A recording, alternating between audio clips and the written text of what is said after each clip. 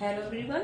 आज से हम लोग एमपीपीएससी में जो पुराने पेपर है ना उनका रिवीजन करेंगे। ठीक है, आज हम लोग स्टार्ट कर रहे हैं एमपीपीएससी प्री 2022 का जो पेपर है हुआ था पिछली साल, तो उसका रिवीजन करते हैं धीरे धीरे। जो जितने सारे जो पुराने पेपर है ना 2022 से स्टार्ट करेंगे, 2021, 2020, ठीक है, 2019 सबका रिवीजन धीरे धीरे करके करेंगे। चलिए देखिए, 2022 का एग्जाम था, उसमें मैं पेपर आपको डी की करा रही हूँ। ठीक है, तो 2022 में जो एग्जाम हुआ था उसका क्वेश्चन है कि परमहंस मंडली की स्थापना किस राज्य में हुई थी। ठीक है, ये क्वेश्चन आया हुआ था एमपीपीएससी प्री का जो एग्जाम 2022 में हुआ था, उसमें आया था कि परमहंस मंडली की स्थापना किस राज्य में हुई थी। ठीक है, तो इसमें ऑप्शन दिए थे उड़ीसा, बंगाल, महाराष्ट्र और बिहार। तो इसमें कितने ऑप्शन दिए थे? 4 ऑप्शन दिए थे। पहले ऑप्शन पे दिया था उड़ीसा, फिर दिया था बंगाल, फिर दिया था महाराष्ट्र और बिहार। तो आप याद रखना कि जो परमहंस मंडली थी, ठीक है, उसकी स्थापना कहाँ पर हुई थी? महाराष्ट्र में हुई थी। तो राइट ऑप्शन क्या है? महाराष्ट्र। ठीक है, परमहंस मंडली की स्थापना किस राज्य में हुई थी? महाराष्ट्र। याद ही कर लेना क्योंकि पूछ लिया सकता है कभी भी। सेकंड क्वेश्चन दिया था कि विजयनगर साम्राज्य की स्थापना किस वर्ष हुई थी। इसमें 4 ऑप्शन दिए थे। पहला ऑप्शन दिया था 1336 एडी, दूसरा ऑप्शन दिया था 1236 एडी, तीसरा ऑप्शन था 1436 एडी और चौथा ऑप्शन था 1316 एडी। ठीक है, तो दोस्तों आपको बता दें कि इसका राइट आंसर है 1336 एडी, यानी विजयनगर जो साम्राज्य था दक्षिण भारत में, तो विजयनगर साम्राज्य की स्थापना हुई थी 1336 एडी में। ठीक है, तो राइट ऑप्शन क्या है? 1336 एडी। यहाँ मैंने 4 ऑप्शन लिख के 4 ऑप्शन में आपको बता दूंगी क्या क्या पूछे थे। राइट आंसर लिखे हैं क्योंकि उनको राइट याद करना है। ठीक है, तो परमहंस मंडली की स्थापना किस राज्य में हुई थी? महाराष्ट्र में। मुझे थोड़ा जुकाम हो गया तो मेरा गला थोड़ा सही नहीं है, तो आवाज थोड़ी अजीब आ रही होगी, तो कोई नहीं, आपको तो क्वेश्चन याद करने से मतलब है। ठीक है, परमहंस मंडली की स्थापना कहाँ हुई थी? महाराष्ट्र में हुई थी। विजयनगर साम्राज्य की स्थापना कब हुई थी? तो विजयनगर साम्राज्य की स्थापना 1336 एडी में हुई थी। ठीक है, अगला क्वेश्चन दिया था पेपर में 2022 में, वो ये था कि भारत छोड़ो आंदोलन किस तिथि को शुरू हुआ था। ठीक है, अगला क्वेश्चन था कि जो भारत छोड़ो आंदोलन था, काफी फेमस आंदोलन रहा है भारत छोड़ो आंदोलन, तो वो कब शुरू हुआ था। इसमें 4 ऑप्शन दिए थे।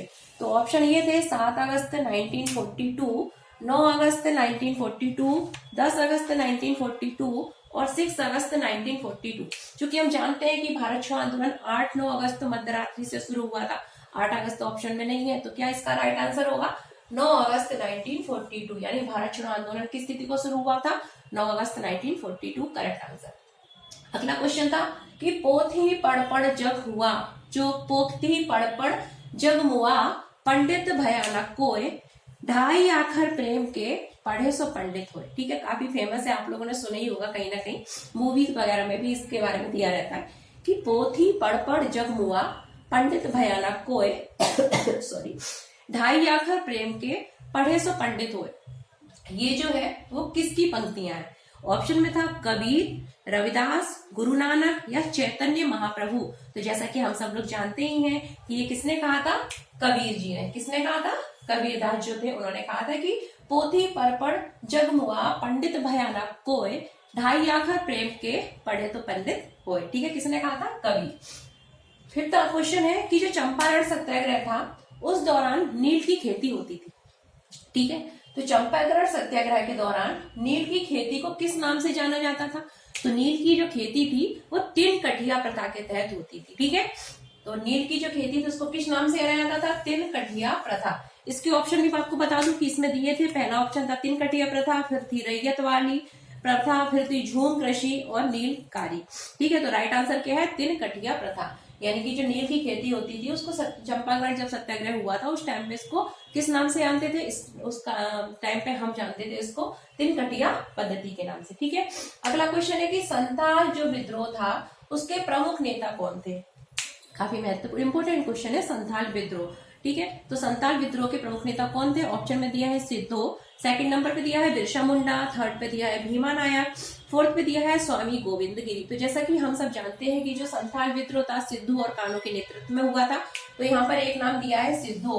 ठीक है, सिद्धो कान्हो के नेतृत्व में हुआ था संथाल विद्रोह, तो राइट ऑप्शन क्या होगा? सिद्धो। अगला है प्रार्थना समाज की स्थापना कहाँ हुई थी? ठीक है, प्रार्थना समाज की स्थापना कहाँ हुई? देखो, स्थापना से रिलेटेड 2 क्वेश्चन आ चुके हैं। एक परमहंस मंडली की स्थापना कहाँ हुई थी? महाराष्ट्र में हुई थी। और अगला क्वेश्चन आ गया कि प्रार्थना समाज की स्थापना कहाँ हुई थी। तो प्रार्थना समाज की स्थापना कहाँ हुई थी, इसमें 4 ऑप्शन दिए थे, बंगाल, गुजरात, बिहार और महाराष्ट्र। तो इसका राइट आंसर है कि प्रार्थना समाज की स्थापना कहाँ हुई थी, महाराष्ट्र में हुई थी। आप लोग जो भी अगर वीडियो देख रहे हैं तो आप लोग कमेंट करके बताएंगे कि प्रार्थना समाज की स्थापना किस सन में हुई थी और किसके द्वारा की गई थी। ठीक है, नेक्स्ट क्वेश्चन देखते हैं कि बौद्ध जो गुफाएं हैं वो कहाँ पर स्थित है। ऑप्शन में था कि बौद्ध गुफाएं कहाँ स्थित नहीं है।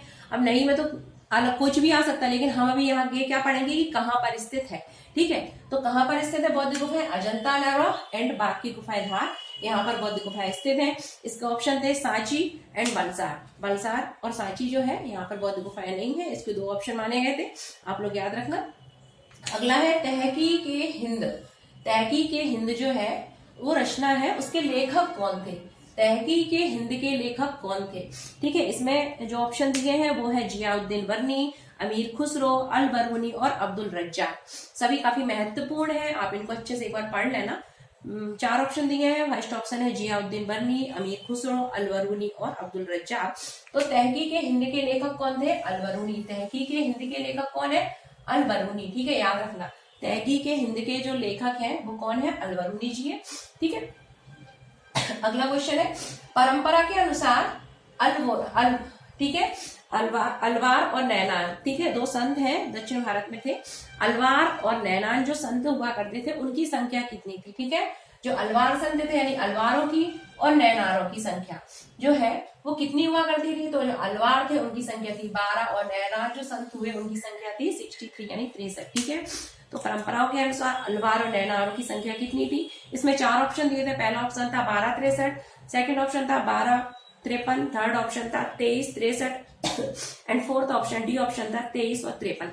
तो हमारा राइट आंसर क्या है, जो अलवार और नैनार संतों की संख्या थी वो कितनी थी, 12 और 63 थी। ठीक है, आपको राइट याद करना है, रॉन्ग से कोई मतलब नहीं है।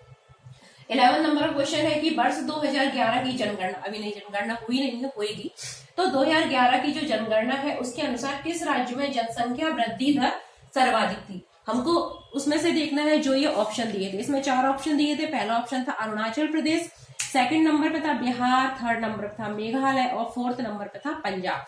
तो दोस्तों आपको बता दें कि 2011 की जनगणना के अनुसार जो ये 4 राज्य दिए हैं यानी कि अरुणाचल प्रदेश, बिहार, मेघालय और पंजाब, तो इसमें अगर देखें तो सबसे ज्यादा जनसंख्या वृद्धि दर किस राज्य की थी, मेघालय की। ठीक है, हमको जो 4 ऑप्शन दिए हैं ना उन 4 ऑप्शन में से बता रहे हैं कि सबसे ज्यादा जनसंख्या वृद्धि दर किस राज्य की थी 2011 की जनगणना के अनुसार, मेघालय की। चलो अब मैं इसको क्लीन कर देती हूँ और उसके बाद अगले जो क्वेश्चन है उनको लिख देती हूँ और फिर उसको अपन रिवीजन करते हैं। ओके,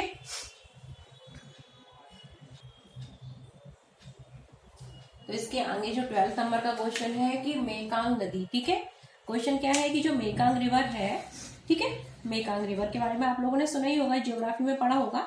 मेकांग रिवर यानी कि दक्षिण पूर्व एशिया की एक रिवर है जिसको हम बोलते हैं मेकांग रिवर। ठीक है, तो वो किस देश से होकर नहीं गुजरती है। ठीक है, तो इसमें 4 ऑप्शन दिए थे, पहला ऑप्शन था कि कंबोडिया, वियतनाम, बांग्लादेश और लाओस। ठीक है, तो आप मैप देखना, मैप में आपको दिखेगी मेकांग रिवर। ठीक है, तो इसमें 4 ऑप्शन थे, पहला ऑप्शन था कंबोडिया, वियतनाम, बांग्लादेश और लाओस। तो आपको याद रखना है कि जो मेकांग नदी है वो बांग्लादेश से होकर नहीं गुजरती। ठीक है, मेकांग रिवर जो है वो बांग्लादेश से होकर नहीं गुजरती, याद रखना है। उसके बाद अगला क्वेश्चन दिया था कि 2011 की जनगणना के अनुसार किस राज्य में महिला साक्षरता दर, अगर हम देखें तो प्रतिशत की दृष्टि से सर्वाधिक थी। ठीक है, हमको किसके बारे में पता करना है, जो ये 4 ऑप्शन दिए हैं ना उनमें देखना है। ठीक है, तो फर्स्ट ऑप्शन था कि मिजोरम, गोवा, हिमाचल प्रदेश और महाराष्ट्र। ठीक है, तो 2011 की जनगणना के अनुसार किस राज्य में महिला साक्षरता जो दर है प्रतिशत वो सर्वाधिक रहा। तो इसका राइट आंसर है मिजोरम। ठीक है, इसमें 4 ऑप्शन दिए थे, पहला ऑप्शन था मिजोरम, गोवा, हिमाचल प्रदेश और महाराष्ट्र। इन 4 ऑप्शन में जो हमारा करेक्ट ऑप्शन है वो है मिजोरम। ठीक है, आप ओवरऑल एक बार 2011 की जनगणना पढ़ लेना, यानी फर्स्ट नंबर पे कौन है, सेकंड पे कौन है। यहाँ पे तो हम वो बता रहे हैं जो यहाँ ऑप्शन दिए, क्योंकि हम यहाँ 2022 का पेपर सॉल्व कर रहे हैं। ठीक है, उसी के अकॉर्डिंग आंसर है।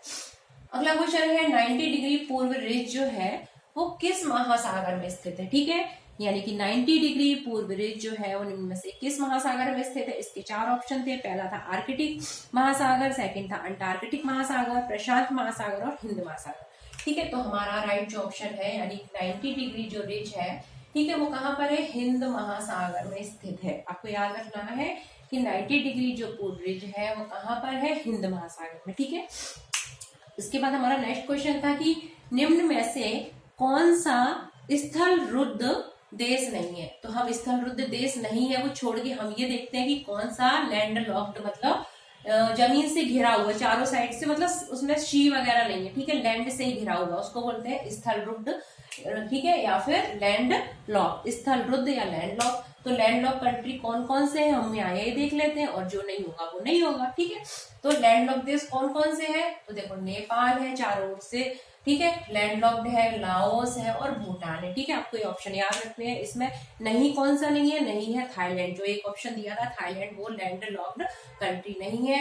बाकी नेपाल, लाओस और भूटान जो है वो लैंड लॉक्ड कंट्री। आप लोग मैप में देखना, आपको समझ में आ जाएगा। ठीक है, उसके बाद अगला क्वेश्चन था कि भारत में, मैंने लिखा नहीं है बता देती हूँ आपको, भारत में पवन ऊर्जा क्षमता में निम्न में से कौन सा कथन सही नहीं है, यानी कि पवन ऊर्जा जो क्षमता है उसमें से कौन सा कथन सही नहीं है।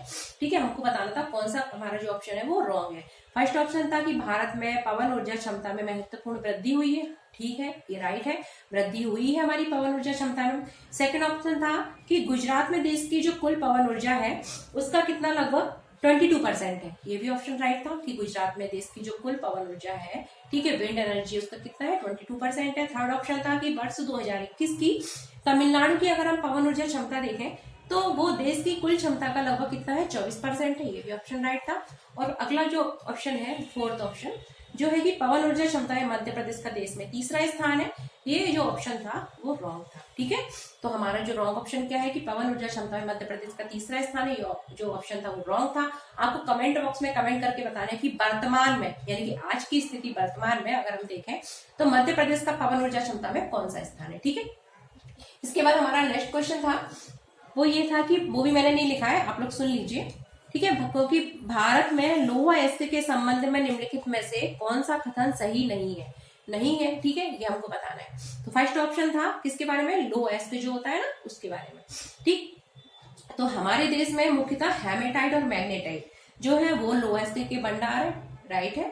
ठीक है, क्योंकि जो लौह अयस्क है वो किस रूप में पाया जाता है, मैग्नेटाइट, हेमेनाइट, लिमोनाइट, सिडराइट, ठीक है, इन रूप में पाया जाता है। तो जो लोहा अयस्क है उसके भंडार क्या है, हेमेटाइट है हमारे देश में और मैग्नेटाइट है, बिल्कुल राइट है। सेकंड ऑप्शन था कि देश में लोहा अयस्क के कुल जो संचित भंडार है उसमें लगभग 80% कहाँ पर है, झारखंड में है और उड़ीसा में है। ठीक है, तो ये भी ऑप्शन हमारा राइट था, क्योंकि हमको क्या बताना है, जो रॉन्ग ऑप्शन है। ठीक है, ये दोनों ऑप्शन राइट है। 80% कहाँ पर है हमारे देश में जो लोहा अयस्क के भंडार है वो कहाँ पर है, उड़ीसा में है और झारखंड में। आप लोगों ने बहुत सारी खदानों के नाम में भी नाम सुना होगा। ठीक है, जो यहाँ पर है। उसके बाद थर्ड ऑप्शन था कि कर्नाटक राज्य में बेल्लारी जो लोह अयस्क की खदान है वो एक प्रमुख खनन क्षेत्र है, बेल्लारी खनन क्षेत्र है ही लोह अयस्क का। फोर्थ ऑप्शन था कि मयूरभंज जिले का लोह अयस्क में उड़ीसा में महत्वपूर्ण स्थान है, ये ऑप्शन रॉन्ग था। ठीक है, ये ऑप्शन ये ऑप्शन राइट था। हमारा जो रॉन्ग ऑप्शन था वो ये था कि जो 80% जो सेकंड मैंने बताया था ना, हमारे देश में जो लोह अयस्क के जो भंडार है उसमें से 80% कहाँ पर है, झारखंड और उड़ीसा में है, ये ऑप्शन जो था हमारा रॉन्ग था। ठीक है, तो बाकी जो फर्स्ट ऑप्शन था कि हमारे देश में हेमेटाइट और मैग्नेटाइट लोह अयस्क पाए जाते हैं, ये ऑप्शन राइट था। उसके बाद जो बी ऑप्शन था वो रॉन्ग था कि हमारे देश में लगभग 80% उड़ीसा में, ठीक है, और झारखंड में लोह अयस्क के भंडार है, ये रॉन्ग था। ठीक है, क्योंकि अन्य जगह नहीं। उसके बाद है वर्ष 2020 और 21 में मूंगफली का सबसे बड़ा उत्पादक राज्य कौन सा रहा है, निम्न में से। ठीक है, 4 ऑप्शन दिए थे। पहला ऑप्शन था आंध्र प्रदेश, सेकंड ऑप्शन था गुजरात, थर्ड ऑप्शन था राजस्थान और फोर्थ ऑप्शन था तमिलनाडु। तो हमारे देश में 2020-21 के अगर हम आंकड़े देखें तो मूंगफली का सबसे बड़ा राज्य कौन सा रहा है, गुजरात रहा है, आपको याद रखना है। ठीक है, उसके बाद अगला क्वेश्चन है कि एटलस पर्वत कहाँ है, तो आप मैप में देखना, एटलस पर्वत जो है वो कहाँ पर है, अफ्रीका में है। ठीक है, एटलस पर्वत कहाँ पर है, अफ्रीका में। अब आपको ऑप्शन कमेंट बॉक्स में कमेंट करके बताना है कि एटलस पर्वत जो है वो किस प्रकार का पर्वत है, भ्रंश पर्वत है, ठीक है, आप लोगों ने नाम सुने होंगे। ठीक है, ये वलैत पर्वत है, किस प्रकार का पर्वत है एटलस पर्वत, आपको कमेंट बॉक्स में कमेंट करके बताना है। ठीक है, आपको भी याद रखना है कि एटलस पर्वत जो है वो कहाँ पर है, अफ्रीका में।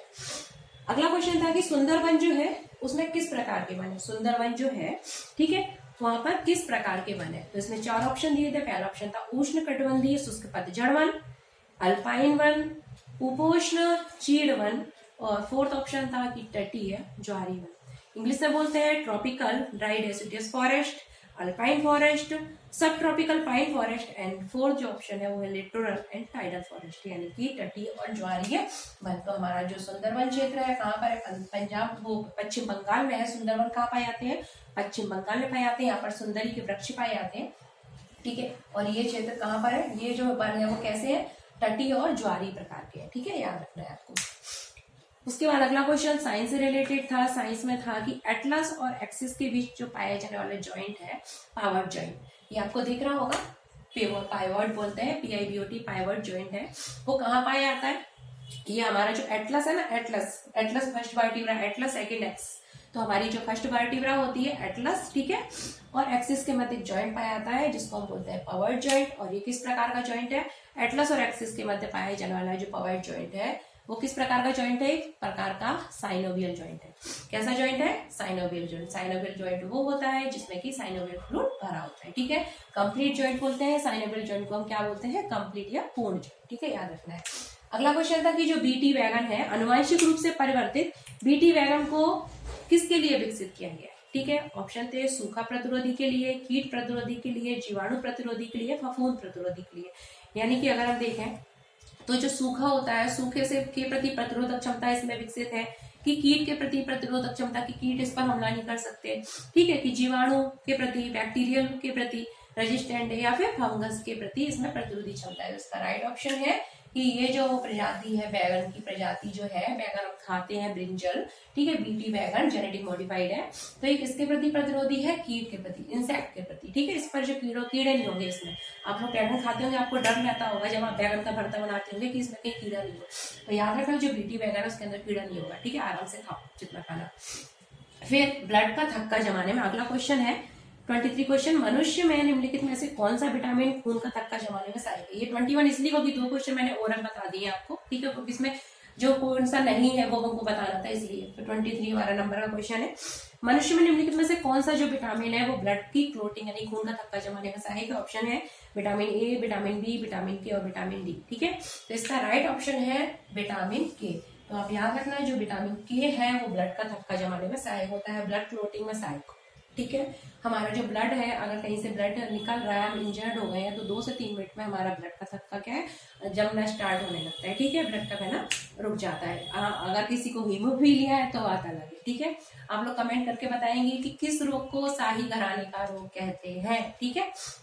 चलिए, तो खून का थक्का जमाने में सहायक विटामिन कौन सा है? विटामिन के। चलिए, हमारे हो गए 21 और 2 क्वेश्चन मैंने ओरल बता दिए, 23 क्वेश्चन हो गए। इसके बाद मैं इसको क्लीन कर देती हूँ और आगे के क्वेश्चन लिख देती हूँ, ठीक है,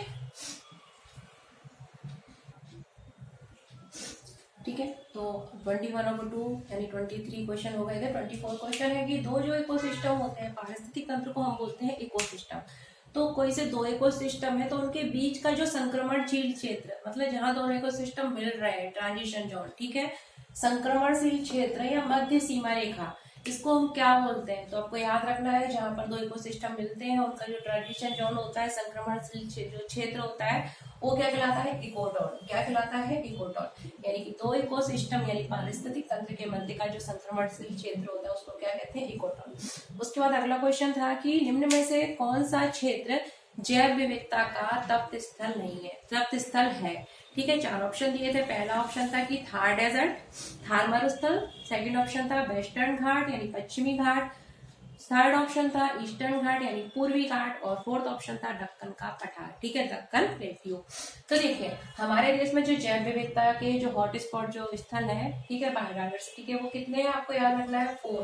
कितने हैं? 4, ठीक है। तो हमारा राइट ऑप्शन क्या होगा? पश्चिमी घाट, ठीक है।